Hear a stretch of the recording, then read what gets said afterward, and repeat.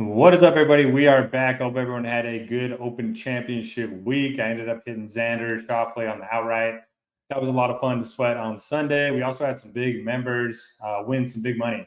We had an RG Premium member win the Millie Maker. We also had a couple others that were in the Discord that had some really big weeks. A couple of them gave a shout out to this model. So they're using it each week to download and customize their own player ratings. Then you can upload them right into Lineup HQ. If you want to, get access to the model, get access to the core plays, the value plays, the tournament plays, the expert survey, the projections, the ownership, all that fun stuff. We'd love to have you as part of RG Premium. If not, appreciate you watching this video each and every week. Once again, I have zoomed in very closely to the spreadsheet so that those of you who are just watching and can't download the model, you can see it a little bit more clearly than you have in the past. The Open Championship was a ton of fun. Xander Schauffele put together a flawless back nine, and it was incredible to watch. It wasn't like Rose or Tristan or Billy Horschel played poorly. I mean, I think if you would have told them before the round, what their scores would be, they probably would have liked their chances. But Xander ended up going 4 under on the back nine. Ended up having just a tremendous day. I think the longest par putt that he had all day was less than 3 feet, which is absolutely crazy on a course like that. I know the wind died down a little bit, but that was one of the better performances of a final round at a major that we've seen in a long time.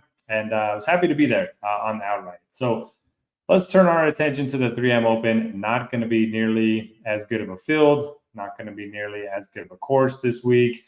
We have the 3M Open at TPC Twin Cities in Minnesota, designed by Arnold Palmer. It's a par 71, 7,431 yards. There are some gettable par 5s. There is a drivable par 4. The winning scores range anywhere from 1,500 to 2,400. It kind of all depends on the wind. The difficulty last year was the easiest it's ever played. It does sound like they are going to grow up the rough a little bit more this year. But the true defense of the course is going to be the water hazards. Water's in play on 15 of the 18 holes. And a lot of the water hazards are forced carries. And what that means is if you fail to carry that water hazard, you're going to be dropping, wherever you cross the water. So something like the 18th hole, if you hit into the water from 280 out, you're probably going to be dropping from 260 out. So it essentially counts as a 2-stroke penalty just because you're essentially hitting the same shot on a lot of these holes. So avoiding the water is going to be key. I will talk about that here in a minute. I did grab some cool splits from the rabbit hole at BetSperts. If you do want to check that out, we do have a discount link in the description if you want to join there. The greens here, pretty large, 6,500 square feet on average. They feature bent grass. The fairways are pretty wide, 34.5 yards wide on average. They're pretty easy to hit too, 63% driving accuracy, 73% green regulation rate. The driving distance here last year was 292 yards average for the field, which is pretty high. But it's just if you hit it straight and you hit greens, you're going to be making a ton of birdies. The thing is, you just have to avoid those big numbers. So if you want to look at bogey avoidance, I certainly don't mind it. In terms of the approach shots, not a lot of wedges, only 34% of approach shots are going to come from less than 150 yards. And then you have 18% from 150 to 175, 19% from 175 to 200. And then 29% of approach shots last year were hit from more than 200 yards. So there's going to be a lot of birdies once again, but there's also going to be a lot of bogeys and double bogeys just because of all the water hazards. And course history has been fairly predictive here. Usually that's not the case for these birdie fests, but that has been the case here. We've seen a lot of the same guys play well here each and every year. Let's get into the model. I have 5% weight to off the tee, 5% weight to total driving. Longer hitters can perform well here. We've seen Cam Champ win here. We've seen Tony Finau win here. But the shorter hitters, are definitely viable too. We've seen Michael Thompson win here.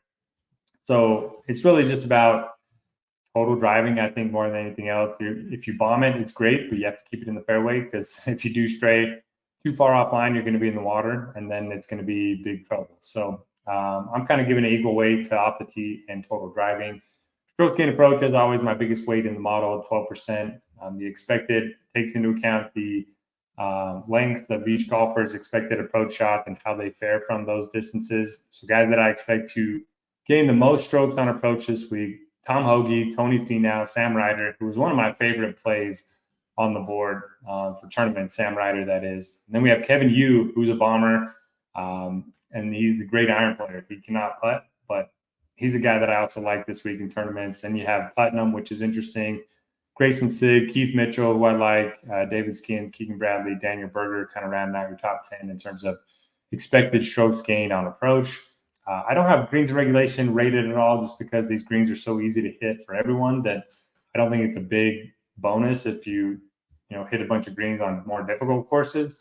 But if you do want to go through and adjust that, you certainly can. Pretty small weight to go around the green. Once again, everyone's going to be hitting these greens at a pretty high rate, 73% rate last year. That just means fewer scrambling opportunities, fewer opportunities to separate yourself from the field when it comes to scrambling. So I only put 1% on each. I originally had it at 0, but given the fact that there are 3 par 5s, you're probably going to be scrambling a little bit, and then the drivable par 4, you might be scrambling a little bit. So I did keep that at 3% total. Stroke game putting, I originally had this at 12%. Right now it's sitting at 9%. And then bent grass splits, if you want to bump that up or down. Birdie better at 5%. Bogey avoidance at 5%. Course history, I have 5%. Now here's the fun stuff. So this is the stuff that I get from Best Birds. This is strokes gained per round on courses with a lot of water danger. So courses that have a lot of water hazards, who plays the best on those courses? Tony Finau, number 1, Sam Burns, number 2, Keith Mitchell, 3, Daniel Berger, 4, Billy Horschel, 5, Ben Griffin, 6. Now, this is over the last 3 years combined. Some interesting names there for sure.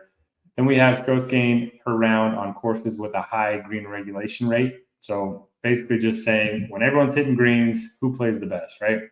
JT Poston, Taylor Moore, Taylor Pendrith, Tony Finau, Cam Davis. Now, I thought about betting Pendrith this week. Didn't pull the trigger there, but I do think he's very interesting coming off of 5th place at the Barracuda. Taylor Moore's form has really cooled off recently, but we can't be too mad at him for a couple bad finishes over in Scotland. And then we have strokes gained in weak field events. So guys that just tend to clean up in these weaker fields. Finau, Hadwin, Akshay, Poston, and Seamus Power. Now, Poston's up there twice. Hadwin's up there twice. Finau's up there twice. Davis and Griffin are both up there twice. So definitely some interesting names that you want to keep in mind this week. As always, we have how many cuts they've made this year and how many events they've played, and then just their last 10 weeks. You can get an idea of how often a golfer's playing, how well a golfer's playing. Then we have the form broken out into short-term, mid-term, long-term, if you want to look at that. I have it at 11, 12, and 13%. Now, let's get to the overall rankings. We'll go through some of the field, and then we'll get out of here. Again, I'll have my Core Plays article up. I'll have the expert survey up, my tags and lineup HQ up. So if you are an RG Premium member, plenty of content. Even though this is, a bit of a letdown week, we still have all the usual content up for you. So Tony Finau, 10-5. I don't really love the fact that he's only 10-5 on DraftKings. FanDuel did it right. They placed him at 12,000. They typically have 12,000 as like their floor for their most expensive golfer, and I think that's correct. 10-5 is just too cheap for Finau. I mean, he's played here 5 times, nothing worse than T28. He's been one of the better iron players in the world this year. Missed the cut last week, but prior to that, 3 straight top 8s. So I'm going to be tagging Finau as a core play. I thought about betting him outright at 11-1, but I like the number on some of these other guys a little bit better. Keith Mitchell always scares me in a birdie fest because I don't know if he can putt well enough to win, but I did bet him at 35-1 this week. 9,400 is a good price point. Back-to-back 5th place finishes here, which is encouraging. And I was looking at his putting splits from these 2 years. He gained over 12 strokes putting in those events. So maybe it's just something about this course that he likes. He also rates out well in all 3 of the comps that I'm looking at this week. So I do like Keith Mitchell quite a bit. Akshay's never played here, but he's been playing some great golf. Missed the cut last week, but no worries about that. So many big names missed the cut at the Open. Prior to that, he's been playing very well. Very good in weak fields. Burns, man, he had a really bad Sunday at the Open. I don't have a strong take. I mean, if you look at his numbers, they look pretty good on the surface, but then when you dive in, it's all been around the green and putting. Like, he's not doing very much with his ball striking, and that scares me for a guy that's $10,000.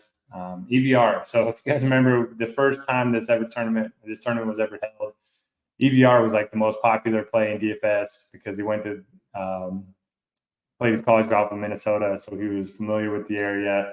And I think he was in pretty good form, and he was like dead last that week. And since then, he hasn't been much better. He made 1 cut here, but man, he's been playing good golf this year. The model loves him at 8,600. I'll be overweight on him for sure. Billy Horschel coming off of a week where he was in contention at the Open. Got to be a bit of a letdown. I don't know. He's used to Florida golf, so he's used to playing around water. Did play well here last year. I don't know. The fact that he was just in contention and didn't win last week does worry me. Tigala, I don't know. I never know when to play Tigala. For me, it's more of an ownership thing. He'll pop when you don't think he will. He'll miss the cut when he's in a great spot. We don't have ownership out as of Tuesday morning, so I wasn't able to pull those numbers in here. But I'm guessing he's not going to be all that popular. Maybe the fact that there's only 3 guys above 10K will naturally make him a little bit more popular. But yeah, he's going to be an ownership play for me. I love Ben Griffin, guy that hits a lot of fairways, good with his irons, very good short game. And the iron play just keeps getting better. Look at this. So over the last 12 months, 32nd and 16th and 6th. So consistently getting better with the irons, hits a ton of greens, makes a ton of putts, makes a lot of birdies. He's got 2 recent top 5 finishes, which I like. I actually bet him outright at 55-1 if anybody wants to join me on that. Clanton's been playing great. You know, it's such a small sample that it's hard to really know what his strengths are, what his weaknesses are. But I mean, yeah, he's been playing great. If you want to play him, 9,300. We've seen the talent. We've seen the upside. I do think miscut equity is a little bit higher than everyone else in the 9Ks, but that could be just the fact that he's an amateur. You know, he's still in college. So I do think, you know, a down week wouldn't be all that surprising, especially with a lot of water. You know, if he gets a couple water balls early, you know, he could mail it in. Matt McNeely, man, he was top 10 at the Open for quite a while last week, and then he missed the cut. I was surprised about that, but I think he's in a good bounce back spot.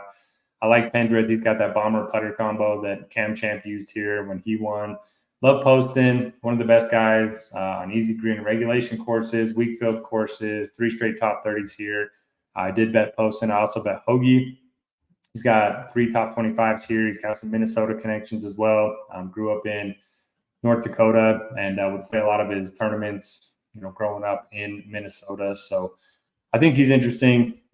Best iron player in the field. Chan Kim's been playing well. He tends to be very streaky, and he's been T12, T9, T29. So I do like Chan Kim, makes a ton of birdies. Going to be off of Keegan for the foreseeable future. He's just got a lot going on with the Ryder Cup captain, and his ball striking hasn't been that good this year. The model always likes Kim, scares me. Vegas has been an awesome ball striker, can't putt, scares me.